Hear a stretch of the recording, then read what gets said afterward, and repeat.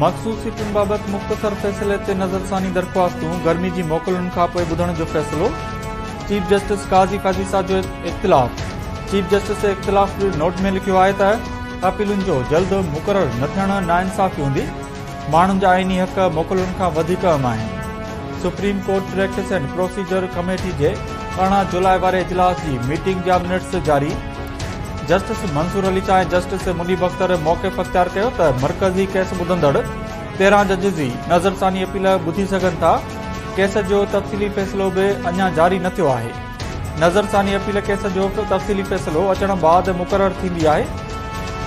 गर्मियुनि जी मोकलुनि सबबि जज मौजूदु न आहिनि, तंहिं करे केस मोकलुनि खां पोइ ॿुधो वेंदो। चीफ जस्टिस इख़्तिलाफ़ी नोट में चयो आहे त जजिस जे आराम ऐं आसानी खे न पर आइन खे अवलियत ॾियणु घुर्जे, मोकलूं बि ख़तमु थियणु घुर्जनि।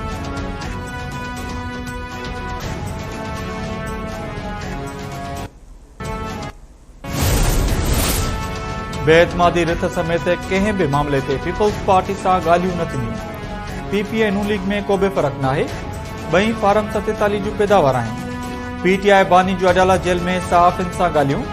बानी पीटीआई चयो आहे त कंहिं बि सियासी पार्टी ते पाबंदी जमहूरियत जो क़त्ल आहे। पार्टी ते अॻु ई पाबंदी हुई। इलेक्शन विढ़ण जी इजाज़त बि न ॾिनी वई। चेयरमैन, वाइस चेयरमैन ऐं सदर जेल में आहिनि। पोइ बि चवनि था त पार्टी ते पाबंदी लॻाईंदा।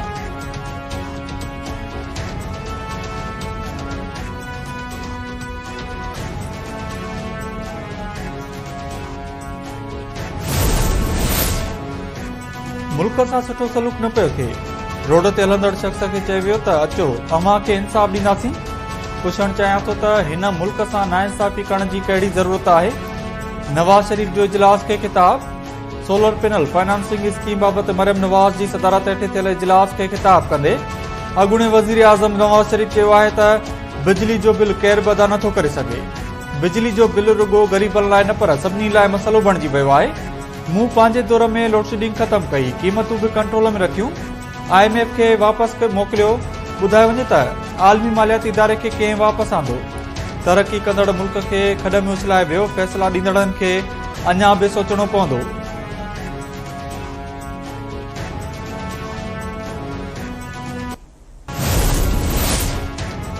तहरीक तहफ़्फ़ुज़ आइन पाकिस्तान में हुकूमत खां इस्तीफ़ा जो मुतालबो कंदे मुल्क में फौरी तौर नयनि चूंडुनि जो मुतालबो करे छॾियो। 26 जुलाई ते समूरे मुल्क में एहतजाज जो ऐलान। महमूद खान अचकज़ई जी सदारत हेठि इजलास में पीटीआई बानी ऐं बुशरा बीबी समेत समूरनि अॻुवाणनि ऐं कारकुननि जी आज़ादी जो मुतालबो। बनू वाक़े जी जांच लाइ जुडिशियल कमीशन जोड़ण जो ठहराउ मंज़ूर कंदे मुतालबो कयो वियो त IG ऐं चीफ सेक्रेटरी KP खे फौरी तौर बरतरफ़ कयो वञे।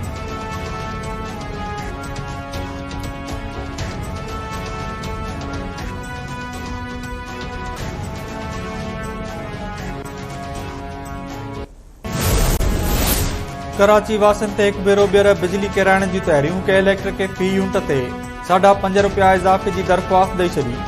इज़ाफ़े जी दरख़्वास्त 2 महीननि जे फ्यूल एडजस्टमेंट जी मद में ॾिनी वई। नेपरा के इलेक्ट्रिक जी दरख़्वास्त 30 जुलाई ते ॿुधणी कंदी।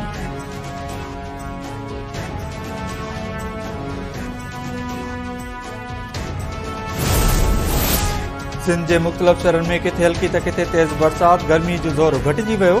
कराची में सख़्त गर्मी खां पोइ ककर वसी पिया। मलीर डिफेंस कलेक्टरनि क्या माड़ी। महमूदाबाद, गुलिस्तान जोर, लांडी ऐं ॿिनि इलाइक़नि में वसकारे बाद गर्मी घटिजी वई। सखर, खेरपुर, लाड़काणो, जेकाबाद, नवाबशाह, कंबर, नवदेरो ऐं गढ़ीखेरो में बि मींहुं पियो। पड़ीज़न, बांदी, खानपुर, मनड़ो, कंदरा, मनड़ो, कंडियारो, नारो, बाडे, कुंभ, डोकरी, भाण, सैदाबाद ऐं ॿिनि इलाइक़नि में बि बरसात। मौसम खुशगवार बणिजी वई।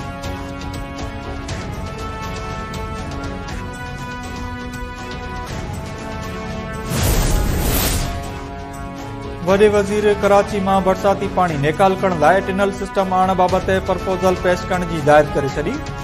वॾे वज़ीर मुराद अली शाह जी सदारत हेठि कराची में अर्बन फ्लडिंग खां बचण बाबति इजलास।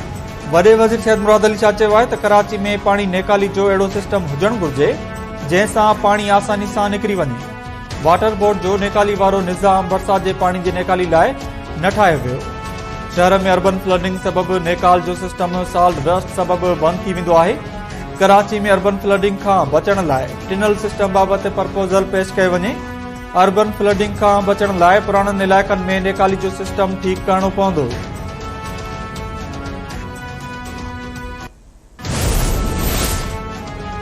सिंध जे पाणी ते धाड़ो, पंजाब तकरारी लिंक केनाल ज़रिए 19,000 क्यूसेक पाणी खणण लॻो। ज़रियनि मूजिब सिंध में पाणी जी सख़्त अणाहठ बावजूद पंजाब सीजे ऐं तौसा 5 लिंक केनाल ज़रिए बिना इजाज़त जे पाणी खणी रहियो आहे। सीजे लिंक केनाल ज़रिए 7,000 क्यूसेक ऐं टीपी लिंक केनाल ज़रिए 12,000 क्यूसेक पाणी खयो पियो वञे। पंजाब हफ़्ते खां पाणी खणी रहियो आहे, पर केर बि नोटिस वठण लाइ तयार न आहे।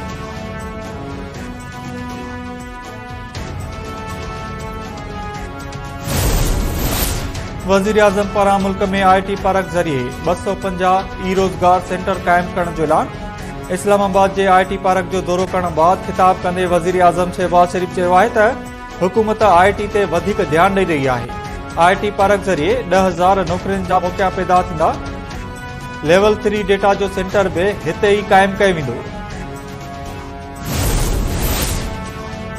सदर आसिफ अली ज़रदारी ऐं वज़ीर आज़म शहबाज शरीफ़ पारां अमरीकी कांग्रेस जी मेंबर शेला जैक्सन जे लाॾाणे ते ॾुख जो इज़हार।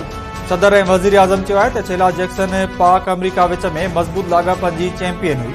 शेला जैक्सन जे ख़िदमतुनि खे हमेशह यादि रखियो वेंदो। बिलावल भुट्टो ज़रदारी पारां बि शेला जैक्सन जे लाॾाणे ते ॾुख जो इज़हार।